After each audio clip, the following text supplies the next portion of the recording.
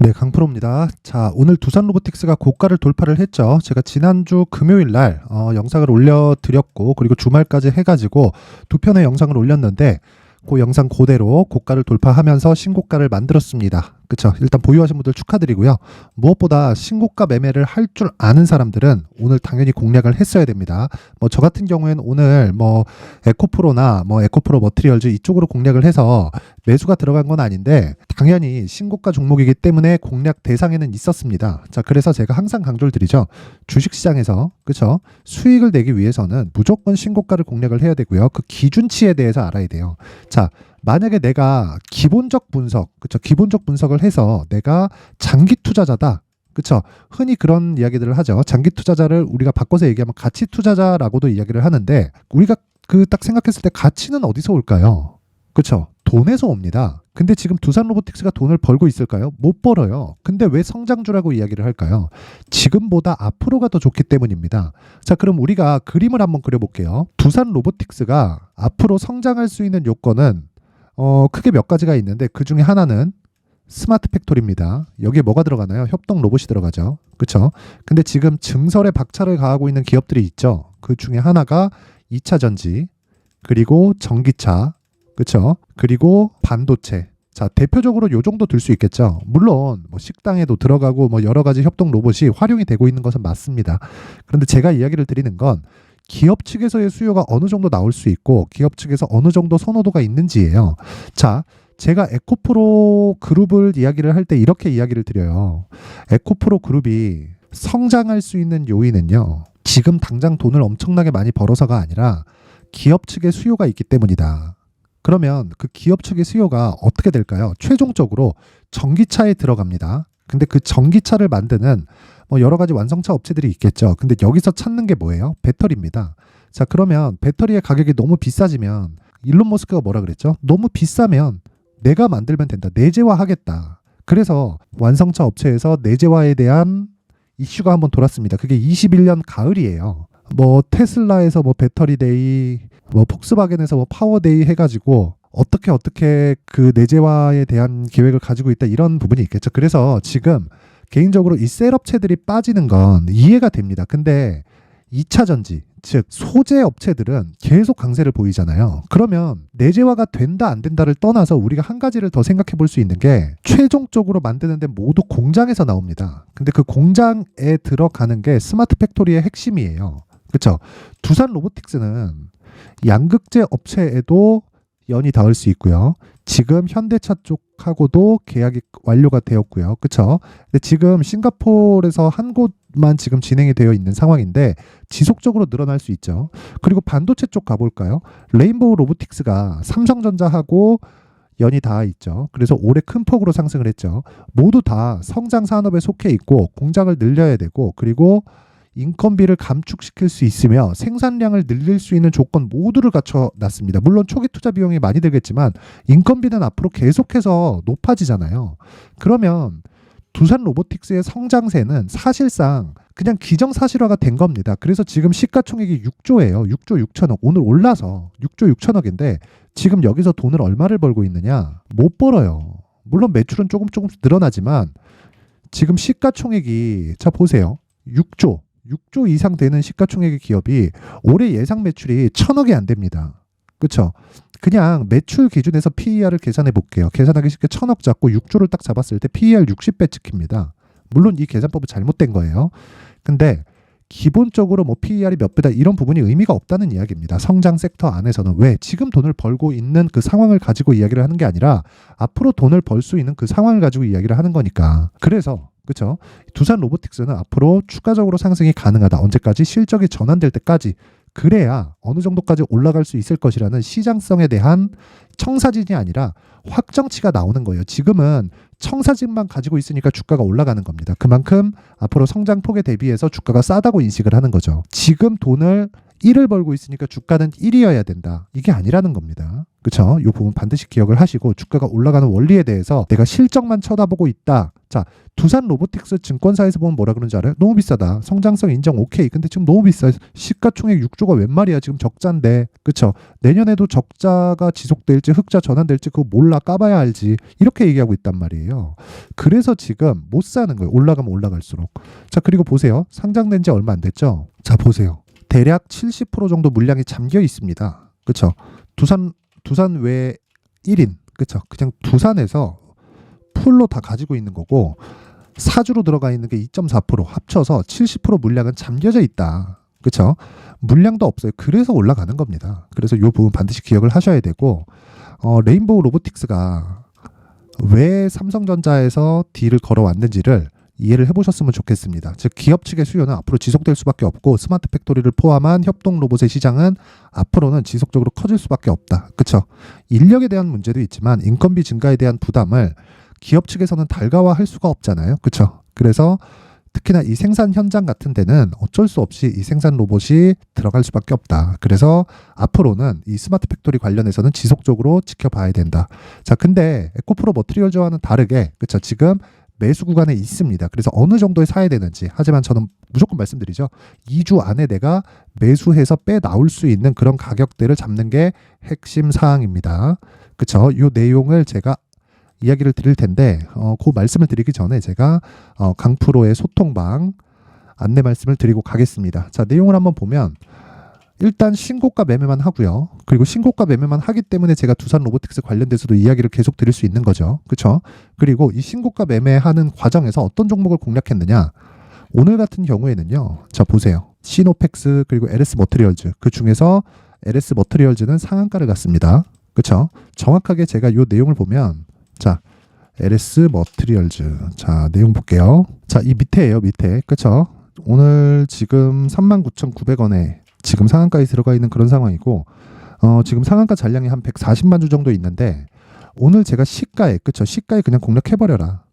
그렇게 바로 신호를 낸 겁니다. 이렇게 제가 이야기할 수 있는 건 신고가 구간에 있기 때문에 그렇고요. 이 내용을 제가 당장 뭐 매수해라. 이런 게 아니라, 자, 보세요.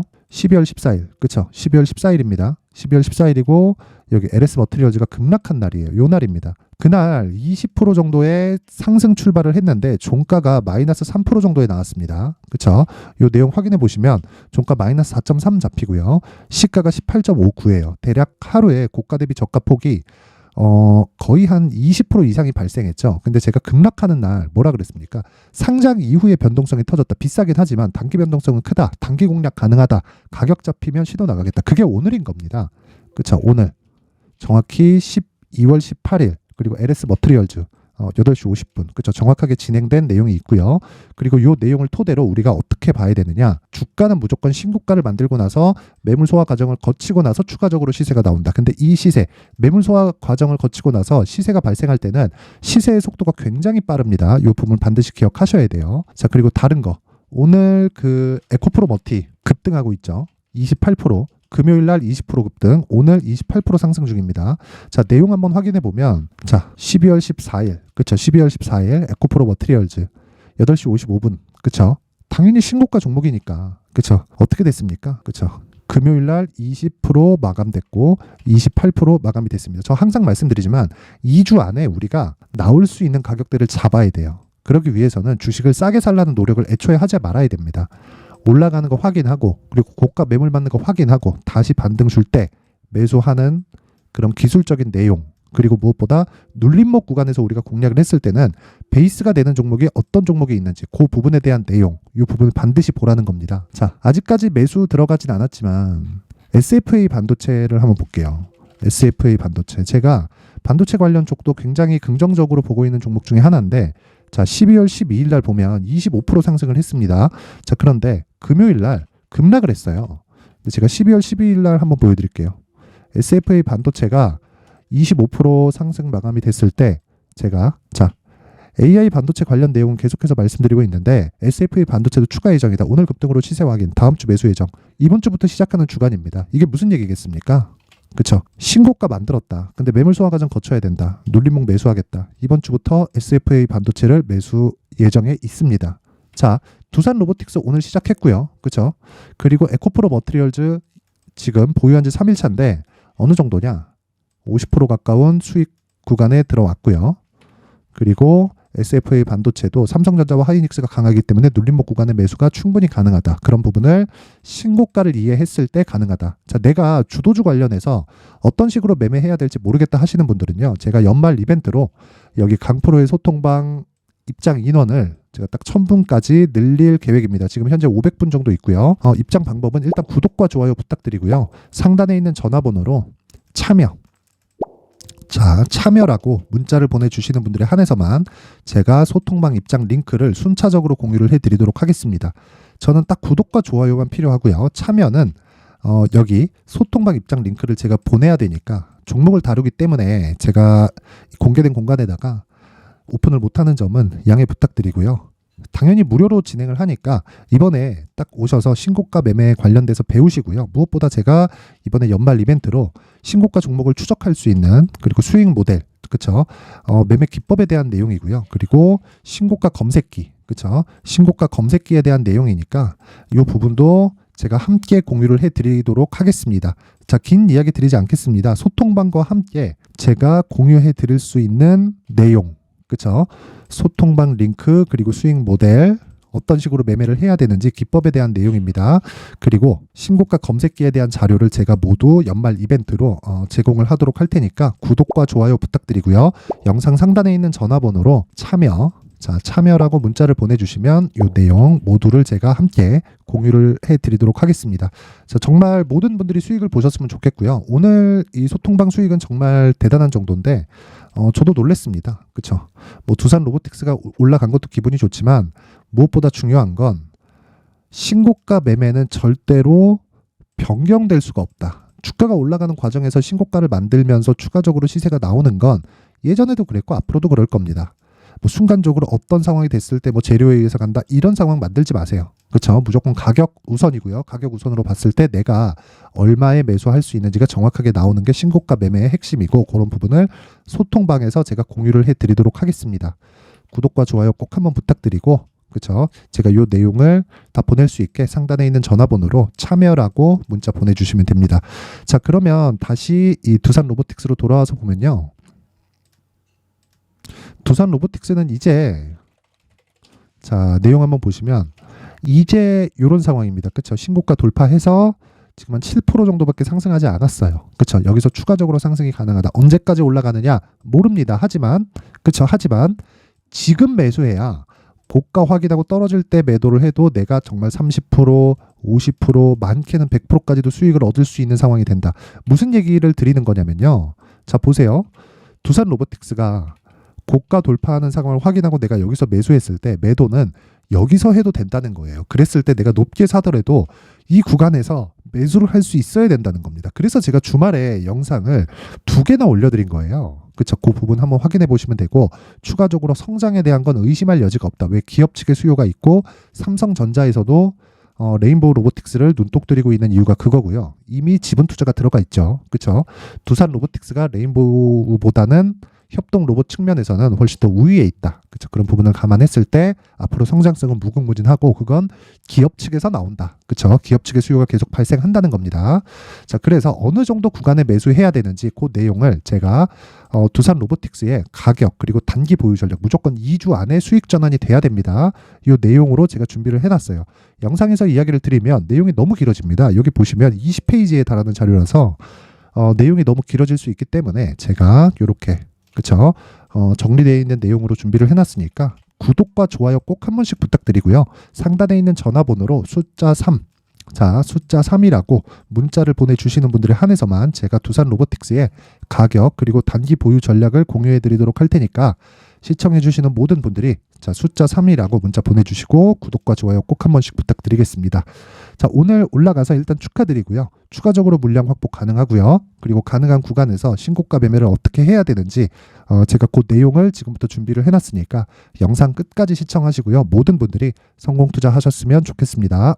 자, 제가 항상 신고가 종목에 대해서 강조를 드립니다. 자, 신고가 종목에 대해서 강조를 드리는 건 크게 시세가 발생하는 대시세 종목은 모두 신고가 구간을 거쳐서 발생하기 때문에 그렇습니다. 시장은요, 좋을 때도 있고 나쁠 때도 있어요. 그런데 대시세 종목은요, 시장이 좋든 나쁘든 그 숫자의 차이가 있을 뿐이고요. 매년 발생을 합니다. 올해 같은 경우에도 마찬가지예요. 23년이죠.